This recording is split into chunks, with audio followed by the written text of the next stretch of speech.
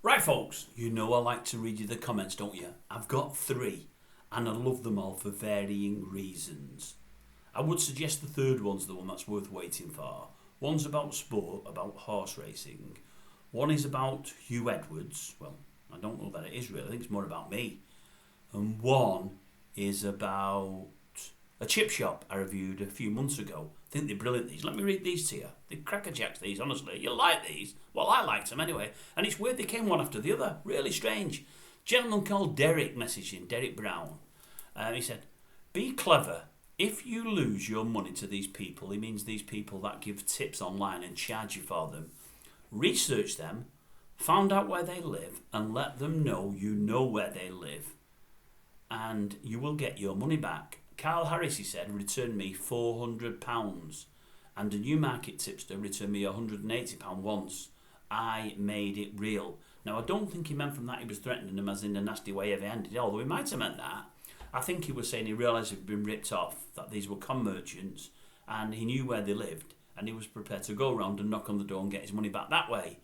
Because he must have been explicit with where they lived, and he really did know, they sent him the money back. I thought that was really, really good. Let me give you two more. Next one. This is about Hugh Edwards. We did a story about Hugh Edwards.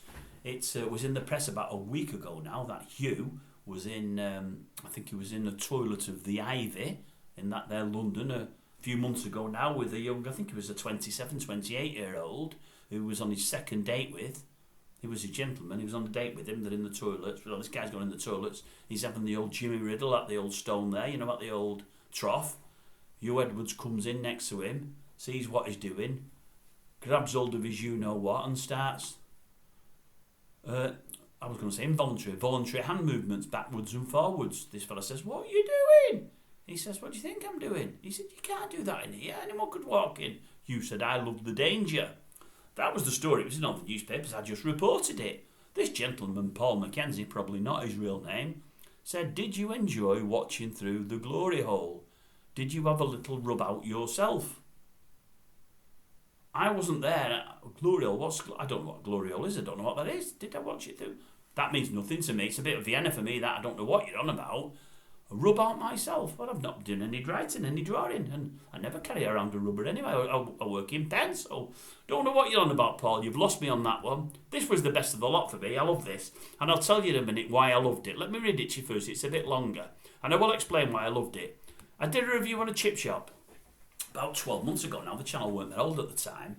And I don't do these food reviews where I sit and eat and you watch me and all that palaver. I don't.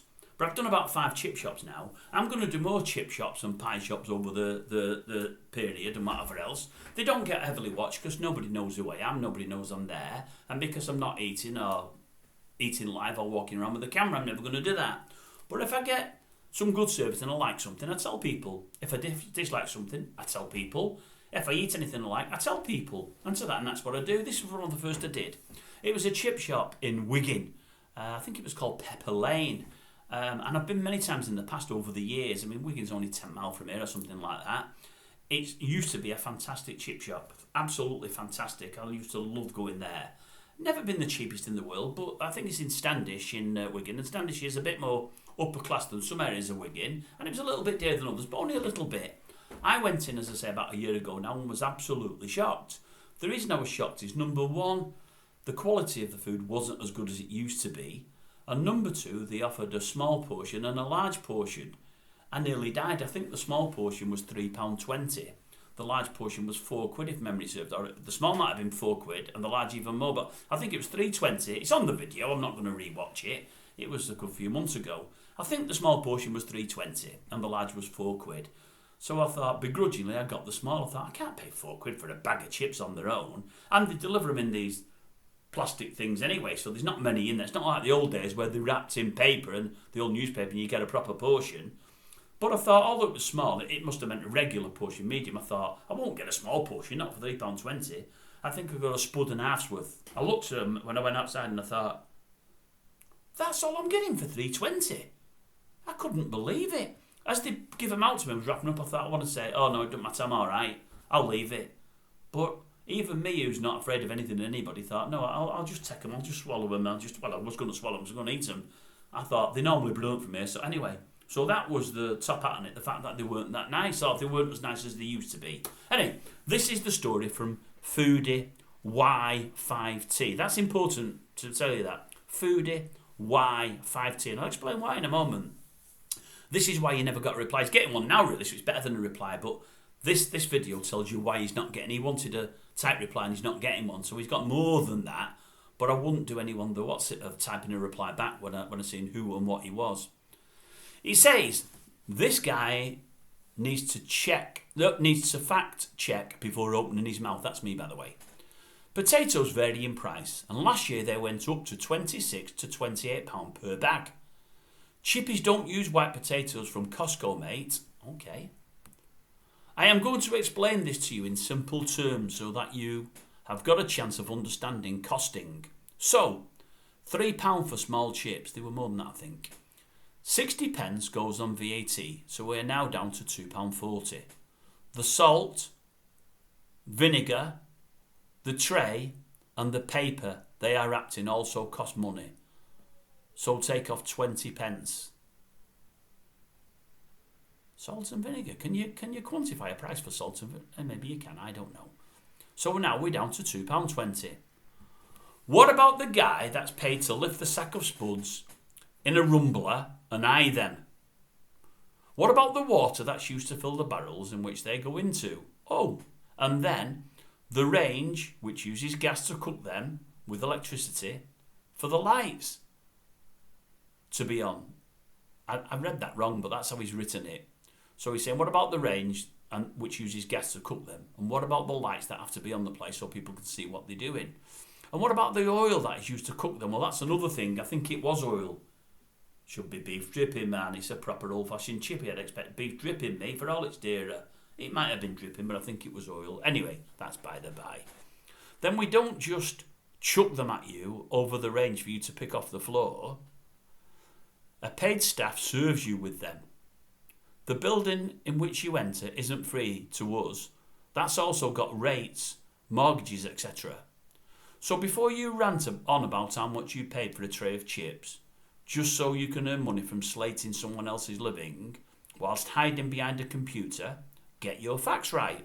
So he's saying, or she's saying to me, before I start going on and slating a business and hiding behind a computer, I should get my facts right. Well, let me just say this. I don't know if he or she is the proprietor or worker in that chipper. Number one, there's a chance. Number two, it may not be the case, but when he says we don't just do this and throw them at you, he does work behind a counter in a chip shop or owns one and maybe sticking up for another chipper. I get all of that, but I always have this thing when I'm getting abused just to look at who's behind the profile and who it is. And behind Foodie Y5T, it says Foodie Y5T. More about this channel, I'm clicking it now. More about this channel. He joined YouTube with this Foodie Y5T on the 26th of August 2024. What date is it today? Wait a minute, I've not got my watch on. Oh, look on my laptop here. Oh, it's the 26th of August. He's only joined today, or she's only joined today. So they send him this message. They've only joined today. They say I'm hiding behind a screen. Well, here's me. I'm here. You can see me. I can't see you, Foodie. And you're not even using your real name. My name's Dave. Britain's Grumpy Stolgate. I'm grumpy. And when someone charges me over £3 for some chips that are in a little thing that there's nothing in there and they're not that great, I'm thinking that is out of order. Now let me tell you this. You do say that everyone's got costs to think. I get that. And you do say you shouldn't rant and call businesses. I get that. I did one further down the line. Is it called Fishnet? It's in Warrington, but it's not because it's in Warrington. It's in Warrington at Latchford, I think it is. Go and have a look at the one I've done on Fishnet. I think I got a medium portion of chips there from about £2.50, £2.60. So it's 40 to 60 pence cheaper than the one at Standish. The one at Standish, I think I marked it out of 10 and give it about a 7. It'd have been probably 7.5 or 8 if the price was less, but they weren't great as well. I'm not like they used to be. They used to be brilliant from there. But because of the portion size and the price, I gave it a lower mark. I think I gave Fishnet 9.5 or 10, but it probably deserved 10 of anyone's money. I've only been twice there. The first time was good and I enjoyed it. The second time they were even better. They were absolutely spot on. And let me say this. These food bloggers or reviewers or these YouTubers that go around different places and eat food in places One of them you may or may not have heard of. He might come into your place one day, called the McMaster. He did something only the other week now that I've only seen about a week ago now in Blackpool, that there Blackpool. And he did it with a guy called The Walk on the Wild Side. He's another YouTuber. He works Blackpool. He tends to stay in Blackpool in the main. The McMaster goes all over the UK and abroad. He's actually at the moment in Las Vegas as we speak. And he's giving some reviews of some bad food at the moment, but he's also praising some good stuff. He went in a place with Walk on the Wild Side. He said, I came in here 2 or 3 years ago and I'm sure I'll give it a 10 out of 10. He said, I'm expecting to do the same again because I think it's brilliant. But he said, I won't do it if the food's not good enough. I'm going to eat it first and I'm going to see. He said, but the beauty of this place for me, he said, and I've had in some lovely fish and chip shops in Blackpool, is that for me, this is the best fish and chip shop in Blackpool. He said, but also it's the cheapest. I think it was called Tower Fisheries. Have a look at it, Foodie, and have a look at his review. The McMaster, Tower Fisheries. I think he had, if memory serves, a portion of chips, a fish, a curry and a peas. I don't think he had a gravy. They did curry at 2 prices, 80p and 120. 80p for small, 120 large. Much, much cheaper, I would guess, than the one at Standish. Because I think I looked at their price, I think they were £1.50 to start with, I think, but I could be wrong.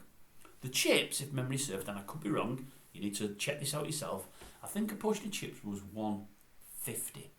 £1.50. Now, I might be wrong about that, but I'm almost certain it was £1.50. It might have been £2. It wasn't more than £2. That was for a regular portion of chips. And it was a proper portion of chips for £1.50. I've paid, you said £3, I said, I think in my video it's £3.20. I've paid between £3 and £3.20 for a regular portion in Standish, which happened to be a small portion. There was none in the folder. There was virtually none there. Now you say they cost that from Costco. I get the dearer. I had a bag of spuds on here a while ago. I think when I did the Standish one, I might have done it at the same time. I had a bag of spuds that big. They were from, is it British, not British Home Stores, Home Bargains or whatever else. They were made in near St Helens there, Rainford, in Rainford. They were £3 for a monster bag. Based on the portion I had in that day in Standish, I would imagine, based on that portion size, they would have made me about, I'd say 40 portions. 40 portions at £3 a go is £120. I paid £3 or £3.20 for a portion.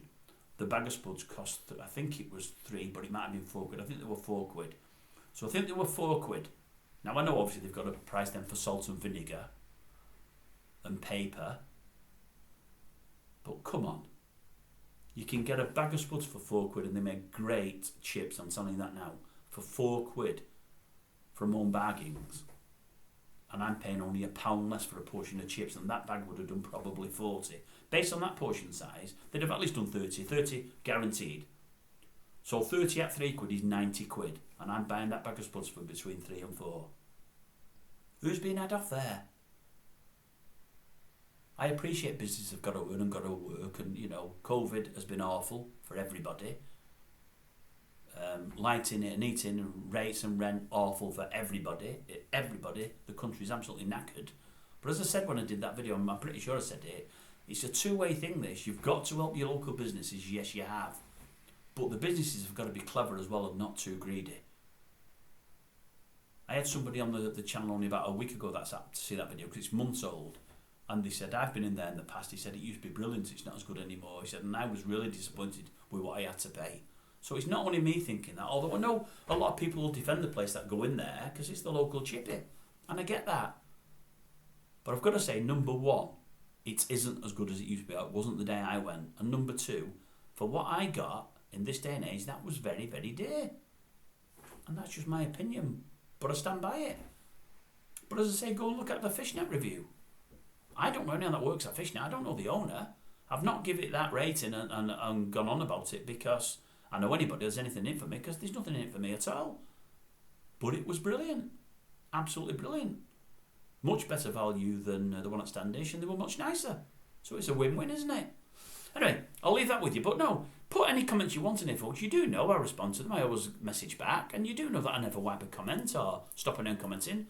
The foodie person can comment again to this video. I don't mind that at all. I won't wipe your comment. You could get really nasty with me. It'll be on there forever. I've never wiped a comment yet in 18, 19 months, so I'm never going to. But get your facts right as well before you have a pop.